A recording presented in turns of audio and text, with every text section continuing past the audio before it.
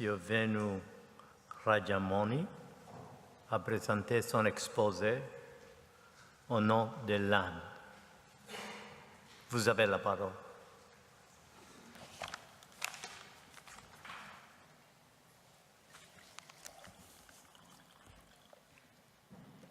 Mr. President, Madam Vice President, esteemed members of this court, it is a great honor for me to appear before this court as India's representative for presenting the position of India in the current advisory proceedings in the matter of advisory opinion requested by the United Nations General Assembly in its resolution A-Res 71-292 of 22nd June 2017. In accordance with Article 96 of the Charter of the United Nations and pursuant to Article 65 of its statute, this court has been requested by the General Assembly to render an advisory opinion on the following two questions. A, was the process of decolonization of Mauritius lawfully completed when Mauritius was granted independence in 1968? Following the separation of Chagos Archipelago from Mauritius and having regard to international law, including obligations reflected in General Assembly resolutions 1514 of 14 December 1960, 2066 of 16 December 1965, 2232 of 20 December 1966, and 2357 of 19 December 1967. And B, what are the consequences under international law, including obligations reflected in the above-mentioned resolutions arising from the continued administration by the United Kingdom of Great Britain and Northern Ireland of the Chagos Archipelago, including with respect to the inability of Mauritius to implement a program for the resettlement on the Chagos Archipelago of its nationals, in particular those of Chagosian origin. Mr. President, Madam Vice President, members of the court, the text of the questions referred to this court for an advisory opinion suggests that the subject matter of the question for advisory opinion essentially concerns the completeness of decolonization and independence of Mauritius from the United Kingdom, which commenced, or in other words, took place in the month of March of the year 1968, subject to the retention of the Chagos Archipelago with the UK.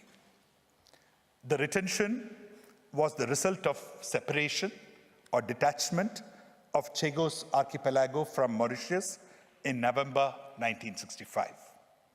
The basis of the separation has found content in an understanding/agreement between Mauritius and the UK, wherein return to the use of Chagos Archipelago for defense purposes, UK made certain undertakings, including for compensation to Mauritius, fishing rights, benefits of oil and minerals, and the return to Mauritius of Chagos Archipelago when it is no longer needed for defense purposes. This agreement seems to have been constituted through a series of correspondence between the two sides. Mauritius has repeatedly asserted that the Chagos Archipelago is part of its territory and that the UK should return the same to it. It is our understanding that while the UK recognizes in principle the Mauritian sovereignty over the Chagos, it maintains that the Chagos will be returned to Mauritius once the islands are no longer required for defense purposes. Given the absence of action on the part of the UK in returning the archipelago, Mauritius brought the matter through the UN General Assembly before this court for an advisory opinion. Mr. President, Madam Vice President, members of the court, India has given its views in detail in its written submission submitted on 28 February 2018 on the aspects relating to the issue in question for consideration of the court in the process of framing its advisory opinion. These aspects include historical facts concerning the colonial period of Mauritius, process of decolonization of Mauritius, the status of Chagos Archipelago, resolutions of the United Nations and other measures relevant to the issue between Mauritius and the United Kingdom, and that how all these aspects contributed to the necessity of approaching this court for the advisory opinion. Therefore, Mr. President, India will not go into or repeat all those details during the current oral proceedings, and so would crave the leave of the court to briefly draw attention to the substance only. The court, in our view, in the making of its advisory opinion on the questions referred to it, would need to analyze certain factors inter alia that with which country the sovereignty of Chagos Archipelago rests, whether formal and final transfer of sovereignty to the UK has ever been agreed to by Mauritius, whether the decolonization of Mauritian territory has been and still continues to be an obligation of the United Kingdom, and if so, whether the process of decolonization of the whole territory of Mauritius has been completed. The analysis of these factors would, in our view, necessitate consideration of the historical aspects and legal aspects associated with and surrounding the colonization of Mauritius, its decolonization, and the status of the Chagos Archipelago. Mr. President, Madam Vice President, members of the court, it is significant to note in this context that the historical survey of facts concerning colonization and the process of decolonization indicates that the Chagos Archipelago throughout the pre- and post-colonial era has been part of Mauritian territory. These islands came under the colonial administration of the United Kingdom as part of the Mauritian territory. Since May 1814, the United Kingdom is administering the Chagos Archipelago as part of Mauritian territory in the capacity as a colonial power. The understanding reached in November 1965 between Mauritius and the United Kingdom for the retention of Chagos by the United Kingdom for defense purposes and return thereof to Mauritius when no longer needed for defense purposes is also in itself evidence that Mauritius has been and continues to be the sovereign nation for the Chagos Archipelago. Thus, the historical aspects of the matter in question do clearly establish the Chagos Archipelago being part of the Mauritian territory to the exclusion of the sovereignty of any other state. In its efforts to reminding the United Kingdom to return the Chagos Archipelago back, in June 1980, Mauritius called on the United Kingdom to return the archipelago, which was followed by a formal claim made in October 1980 in an address by the Mauritian Prime Minister to the United Nations General Assembly. Since then, Mauritius has repeatedly claimed sovereignty over the Chagos. Meanwhile, the United Kingdom has consistently maintained that it has no doubts about the Mauritian claim to sovereignty, whilst at the same time acknowledging that it will cede the archipelago to Mauritius when no longer required for defense purposes. According to the Constitution of Mauritius, The outer islands of Mauritius include the Chagos Archipelago.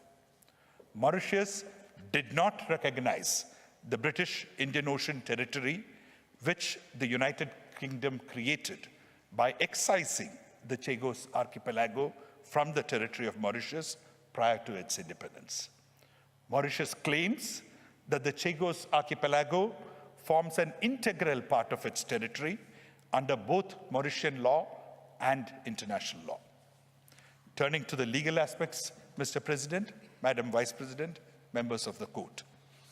It is our understanding that the legal aspects should root themselves in the historical facts, behavior of the nations concerned, and the consideration of the issue by relevant administrative and judicial institutions. Needless to mention that the United Nations is the highest and most relevant institution in matters affecting nations. And the international courts and tribunals are the most relevant judicial institutions. Mauritius became independent in March 1968. From the legal perspective, taking stock of the events before independence, around that time and thereafter becomes crucial in determining whether or not the process of decolonization got completed. Before the independence of Mauritius, the United Nations in December 1960, recognizing the ardent desire of the peoples of the world to end colonialism, believing in the need of ending all practices of segregation and discrimination associated with the colonialism, convinced of the right of all peoples to full freedom and of the integrity of their national territory, solemnly proclaimed the necessity of a speedy and unconditional end of colonialism in all its forms and manifestations in the General Assembly Resolution 1514. This resolution declared any attempt aimed at the partial or total disruption of the national unity and the territorial integrity of a country as incompatible with the purposes and principles of the Charter of the United Nations. However, in November 1965, detachment of the Chagos Archipelago still took place. The United Nations reacted to this detachment of the Chagos Archipelago by adopting Resolution 2066, entitled Question of Mauritius, in December 1965, calling on the United Kingdom to fully implement Resolution 1.14. The resolution obligated the United Kingdom to complete the decolonization of Mauritius and report the same to the General Assembly. The plans for the detachment of Chagos Archipelago were, however, pressed ahead. The United Nations General Assembly again took cognizance of the matter and considered the issue in December 1966. Condemning the non-implementation of its resolutions and the continuation of colonial occupations, the General Assembly adopted Resolution 2232 on 20 December 1966. This resolution reaffirmed the right of colonial territories, including Mauritius, to full and complete independence, with the call to the administering powers to complete the decolonization process without delay. There being no signs of positive action by the administering powers, the General Assembly once again adopted similar Resolution 2357 a year after, on 19 December 1967. Mr. President, Madam Vice President, members of the court, the international arbitration between Mauritius and the United Kingdom in the recent past, December 2010 to March 2015, which dealt with issues related to Chagos Archipelago deserves mention from the point of view of determining the sovereignty status of Chagos Archipelago and also the nature and status of undertakings by the United Kingdom towards Mauritius. The arbitral tribunal, constituted by agreement between both these countries, has in its award dated 18 March 2015, ruled that the undertakings of the United Kingdom with respect to the fishing rights of Mauritius in the waters of Chagos Archipelago, the eventual return of the archipelago to Mauritius, and the benefit of mineral and oil resources in and near the archipelago are legally binding undertakings. The award has, by declaring as unlawful the marine protected area established by the United Kingdom in the waters of the archipelago, denied the status of the United Kingdom as the coastal state for the Chagos Archipelago. Further, by declaring as legally binding the undertaking of the United Kingdom to return the archipelago to Mauritius, the award has determined the legal obligation of the United Kingdom to return the archipelago to Mauritius. Thus, the analysis of the historical facts concerning the Chagos Archipelago and consideration of the legal aspects associated therewith confirm that the sovereignty of the Chagos Archipelago has been and continues to be with Mauritius, which in fact the United Kingdom also admits. Regarding the process of decolonization of Mauritius, it remains incomplete, both technically and in substance, as long as the Chagos Archipelago continues to be under colonial control. Mr. President, Madam Vice President, members of the court, I conclude the submission of India with these words. I thank you for your kind attention. Je remercie la délégation de l'Inde dont l'exposé oral clôt l'audience de ce matin.